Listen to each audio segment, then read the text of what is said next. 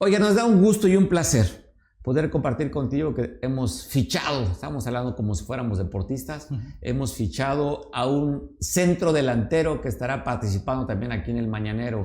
Un joven con una preparación en uno de los institutos de mayor nivel en México. Usted a lo mejor ha escuchado hablar del CIDE. Es una institución que primero para poder entrar se requiere altos niveles de calificación y pasar exámenes rigurosos. Ya estando dentro de la propia institución, no cualquiera termina, ¿eh?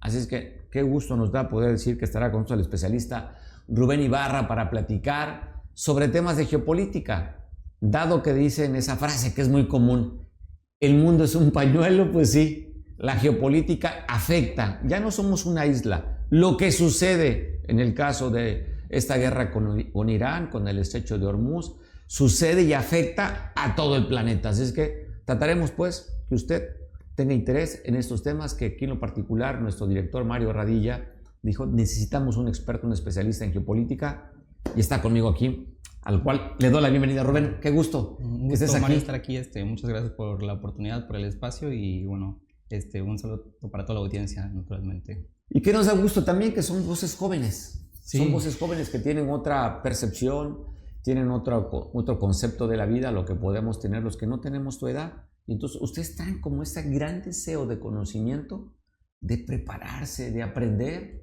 y tienen la inquietud y tienen el ímpetu por la propia juventud que nos vas a iluminar con tus conocimientos aquí, Rubén. Sí, claro. En este programa vengo precisamente con el tema de Hormuz, de la guerra entre Irán y Estados Unidos. Esta semana ha sido una semana muy movida, ¿no? Para los que nos gustan las relaciones internacionales, pero sin duda el tema de más importancia, ¿no? Ha sido el tema de esta firma de entendimiento, ¿no? Entre Estados Unidos e Irán para inmediatamente... ¿Qué fueron? 60 días, ¿no? Empezó el 28 de febrero esta confrontación. Sí, inició el 28 de febrero. Recordemos que las relaciones entre Irán y Estados Unidos desde los 70s, ¿no? Que ocurre la revolución en Irán, que llegan los ayatolás. No sé si recuerdas que... Sí, claro, por supuesto, el ayatolá Khomeini, que fue el primero. Que estaba Res Palesa, ¿no? Estaba ahí. Sí, que antes la monarquía del Shah, que no sé si te acuerdas que precisamente el Shah, después de que lo derrocan, se viene acá a vivir unos años a Acapulco. Correcto. Y que, bueno, desde entonces la relación entre Irán y Estados Unidos ha sido una relación muy tormentosa, por decirlo, muy turbulenta, muy hostil. Y que durante todo este lapso de tiempo Estados Unidos no se había atrevido a atacar directamente a Irán hasta el 28 de febrero del año en curso. Aunque, perdona Rubén, ya había habido un ataque anterior cuando supuestamente tenían el lugar donde estaban fabricando la bomba atómica, ¿no? Sí. Atacan ahí. Sí, justo anteriormente había habido ataques, pero digamos que no de manera tan frecuente y con un fin específico.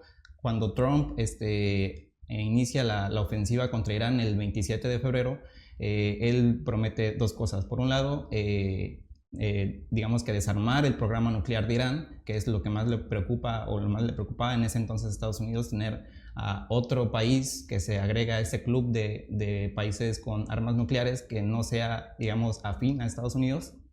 Y por otro lado, Trump decía, ¿no? Como un intento de motivar a la población iraní, que el objetivo era, digamos que cambiar el régimen. Porque había protestas, ¿no? Y la cifra cambiaba. Unos hablaban que había 6,000 muertos por la protesta, y otros hablaban de 30,000 muertos, ¿no? Sí. O sea, había un problema político dentro de Irán, que fue la justificación también, sí, ¿no? Fue parte de la justificación y la narrativa que dio Trump para, digamos, legitimar este ataque, porque hay que decirlo, digamos que guerra, que en un principio Trump vendió como una guerra que iba a ser rápida, que iba a ser con objetivos específicos, fue una guerra que se fue prolongando, que fue aumentando en costos políticos, que fue aumentando en costos económicos y que se iba volviendo impopular entre la población estadounidense, y que ahora con esta firma de entendimiento, que va a ser un lapso de 60 días en los que esos 60 días van a negociar tanto Irán como Estados Unidos para digamos que construir un acuerdo definitivo, que es así como los llaman, que precisamente se supone que iba a iniciar hoy este lapso. Sin embargo, para que se iniciara este lapso se habían comprometido a 4 cosas. Por un lado, tenían que, el primer compromiso era cese al fuego inmediatamente, y este cese al fuego no solamente implicaba que Estados Unidos iba a dejar de atacar Irán, sino que también Israel iba a dejar de atacar Líbano, y vemos que Israel no está cumpliendo, y eso es lo que está ahora demandando Irán, diciendo que mientras no se cumpla con ese compromiso, mientras Israel siga atacando el Líbano y al grupo terrorista Hezbollah, ellos no están dispuestos a comenzar este plazo de 60 días para iniciar los acuerdos y para construir un acuerdo definitivo.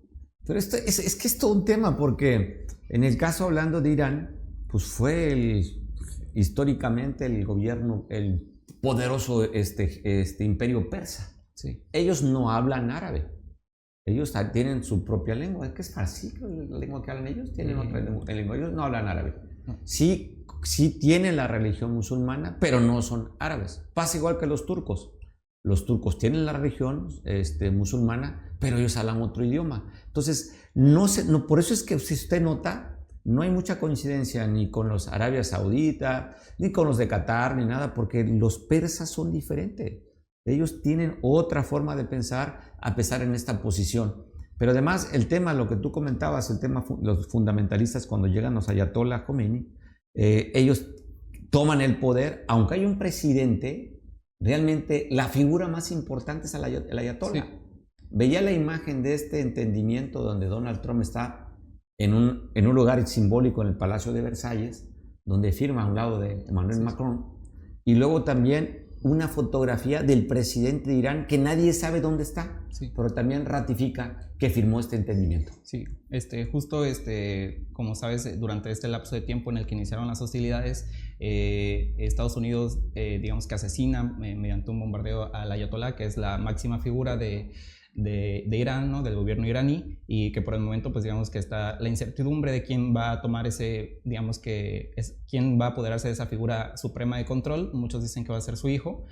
Por lo pronto, el que firma este entendimiento es el presidente, y bueno, y también precisamente lo que decías, la firma de Trump en Versalles, muchos la analizan, digamos, como algo simbólico, ¿no? Por lo que implica tomarse una foto en un entendimiento, digamos, o un documento que da fin a una guerra en Versalles. Recordando la firma del Tratado de Versalles, ¿no? Sí, la Primera Guerra Mundial. Totalmente. Y bueno, yo ayer veía que muchos analistas, digamos, que debatían quién creen que salió más beneficiado, ¿no? De ese entendimiento, si Estados Unidos y si Irán. Y yo creo que por lo pronto es, digamos, que prematuro para aún dar un veredicto final, ¿no? Creo que todavía estos 60 días que se va a negociar el tratado definitivo, hay mucha todavía margen de maniobra para ambos, pero yo creo que a bote pronto, como decimos, yo creo que Trump por lo pronto digamos que se deshace de una guerra que había sido muy costosa para él, tanto financieramente como políticamente, en el sentido de que la población estadounidense no se sentía... Creo que el 19% apoyaba nada más la guerra, ¿no? Sí. Un 19% creo. Sí, justo desde el verano pasado, si recuerdas que iniciaron también unos tipos de bombardeos a Irán, había encuestas que decían que más del 50% de la población estaba a favor de esta intervención, y más del 80% estaba muy preocupada de que el presidente digamos que se enfrascara en esta disputa. Y bueno, parte también del acuerdo es Trump anuncia que va a haber un programa de 300 mil millones de dólares para reconstruir Irán. ¿Qué es lo que le está reclamando Irán, no? Sí. La reconstrucción, parte del acuerdo. Sí, justo. Y yo creo que ahí, digamos que Trump tiene un espacio de oportunidad para...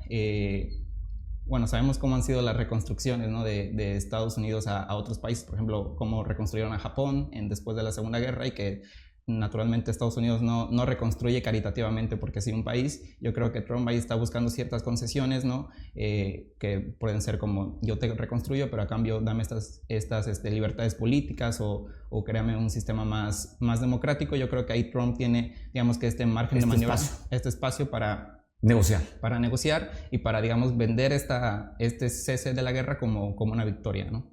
Y estaba viendo una entrevista que dio J.D. Vance, que es el vicepresidente de Estados Unidos, la Casa Blanca, y habla que va a irse a Suiza, ¿no?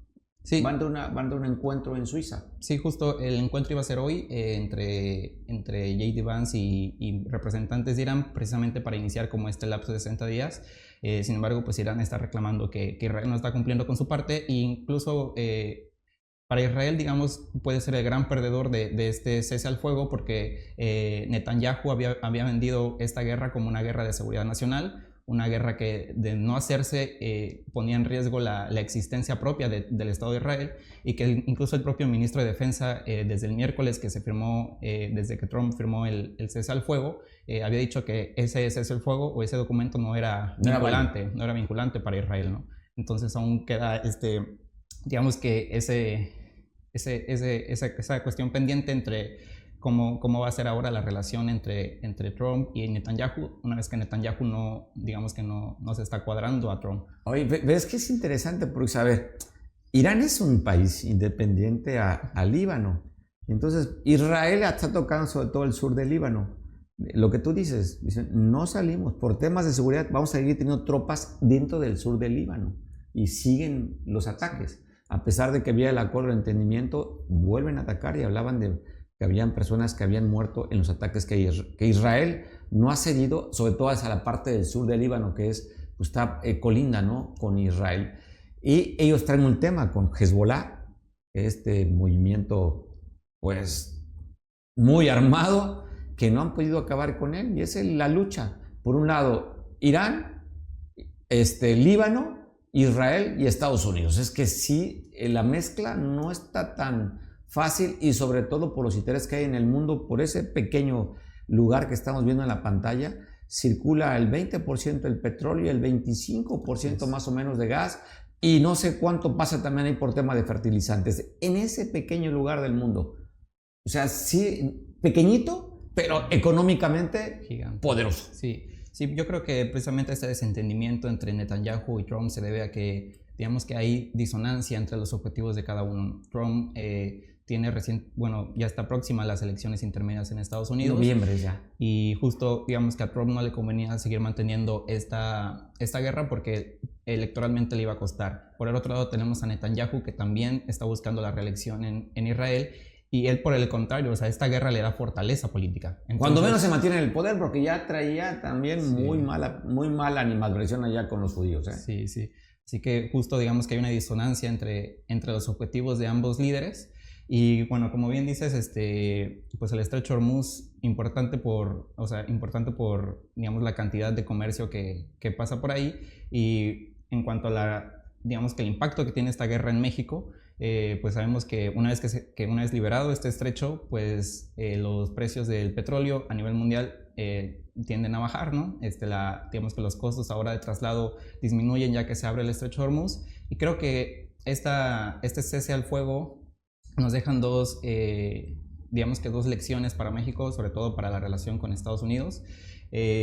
Por un lado, que sabemos que hay un presidente como Trump que no hay que echar, digamos, que en saco roto las amenazas. Porque Irán por muchos años solamente fueron amenazas en contra de Irán, y esta vez vimos que Trump sí está dispuesto a bombardear, sí está dispuesto a atacar, sí está dispuesto a cumplir sus amenazas. Y por un lado nos deja esa enseñanza, ¿no?, que no hay que echar en saco roto las amenazas que hay de Estados Unidos a México, y por otro lado que una vez que digamos que se deshace Trump de esta guerra, habrá más tiempo para concentrarse en otros problemas geopolíticos, que en este caso van a ser el caso de México. Oye, viene el hemisferio, o sea, trae tema de Cuba, sí, y trae tema de México.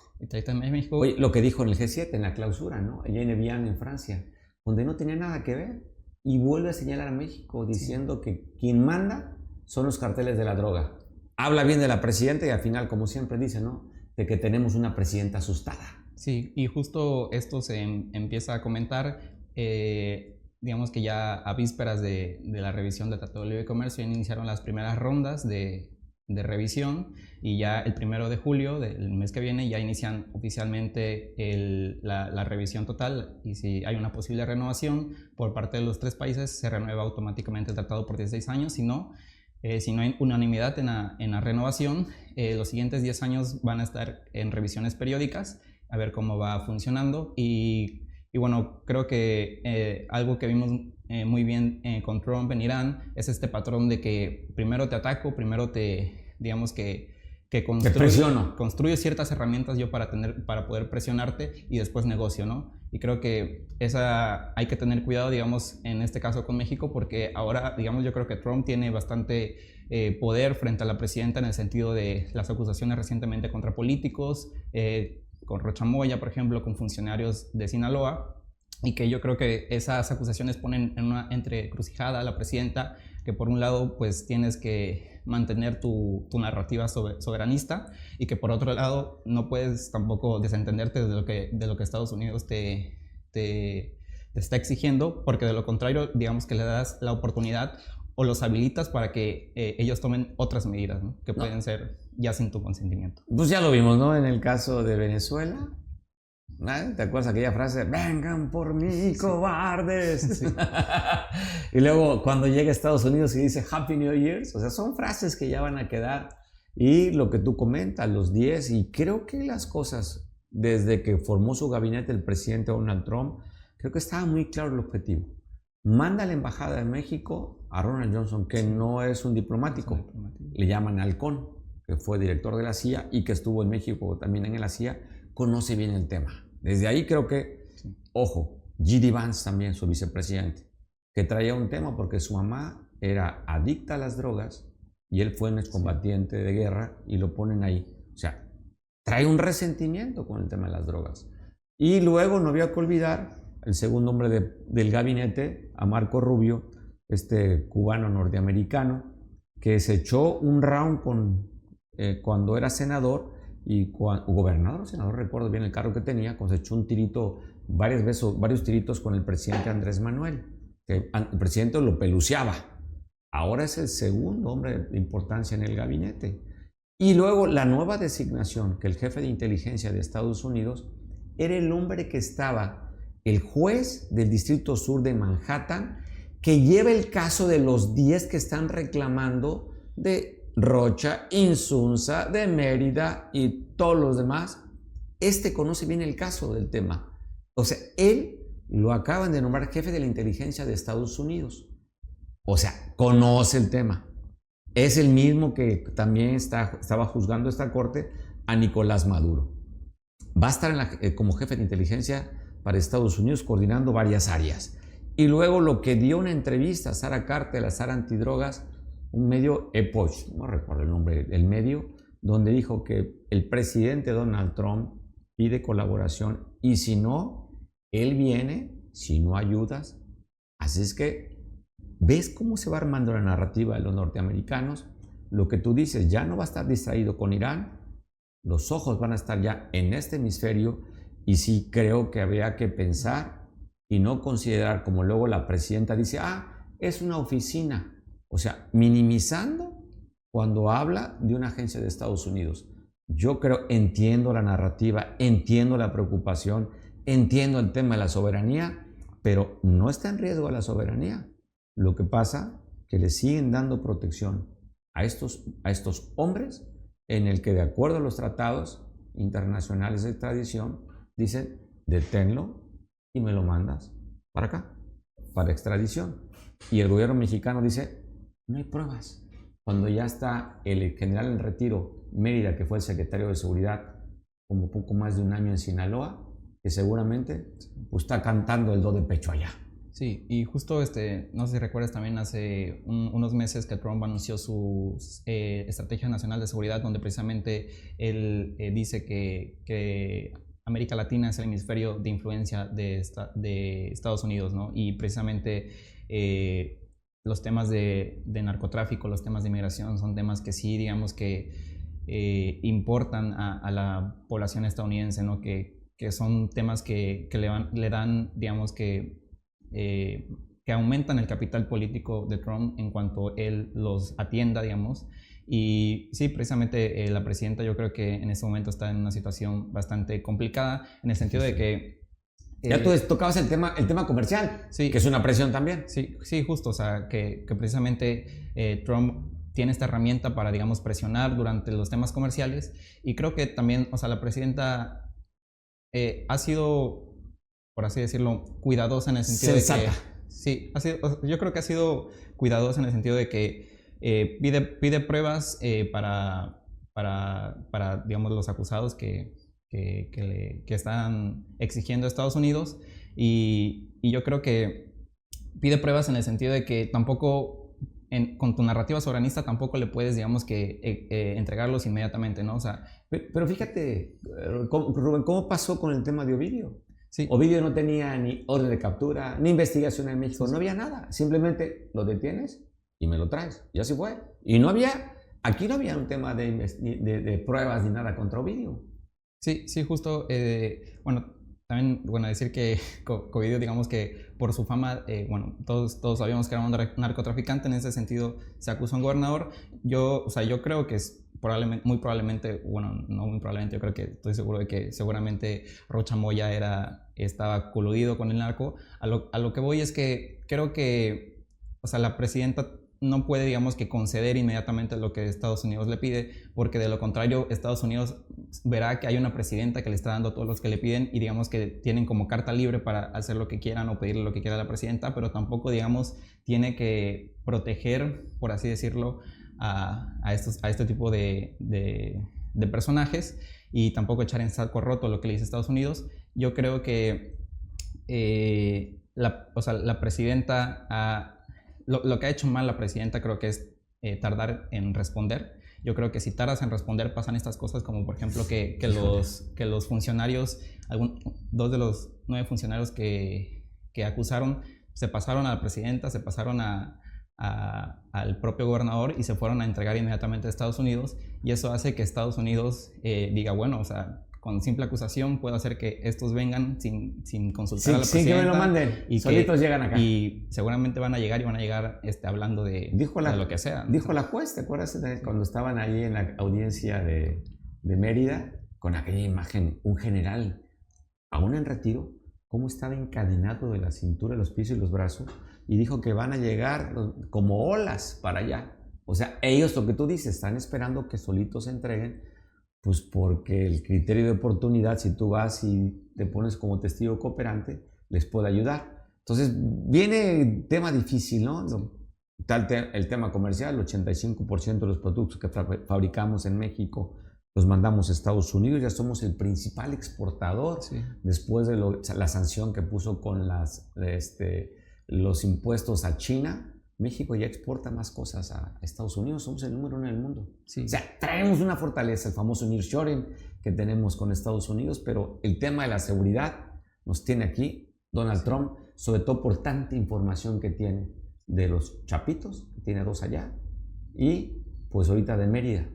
Sí, y justo como bien tú dices, pues el 30% de toda la economía mexicana depende de ese tratado de libre comercio, ¿no? Si de pronto te quitan de tajo ese 30%, pues naturalmente sube el desempleo, muchas empresas quiebran, ¿no?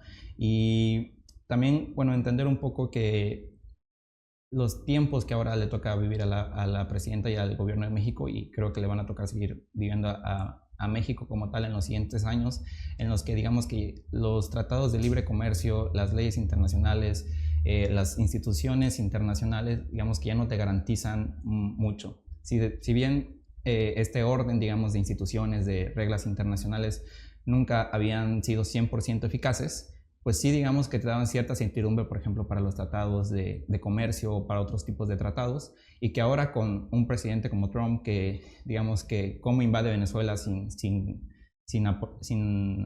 tener aprobación del Consejo de Seguridad de la ONU ni de la OTAN, cómo invade también Irán, por ejemplo, sin tener igual aprobación ninguno de los 2 órganos, pues vemos un presidente de Estados Unidos que no le interesa ese orden institucional, ese orden liberal, como le llaman los teóricos en relaciones internacionales, y que ahora vemos como una política internacional mucho más dura, mucho más basada en fortaleza, basada en el poderío militar, y que digamos que todo tratado, todo acuerdo siempre va a estar en disputa, siempre va a estar, no va a estar garantizado, y que ese es ahora el Estados Unidos que le va a tocar, digamos que tratar a México, un Estados Unidos que digamos que ya no tiene límites más los límites morales del propio presidente, como él dijo hace unos meses. La carta del presidente Andrés Manuel que dice, extraño a mi amigo, extraño a esa versión, no esta versión 2.0 de Donald Trump. Rubén, ya son 10 de la mañana, qué gusto platicar contigo. Va a estar aquí haciendo temas geopolíticos, experto, egresado del CIDE, y no sabes qué gusto nos da poder conversar contigo, qué alegría que te sumes al equipo del Mañanero, gente con esta capacidad Gracias por estar aquí en el Mañanero. Muchas gracias Aquí echamos el Mañanero. Sí.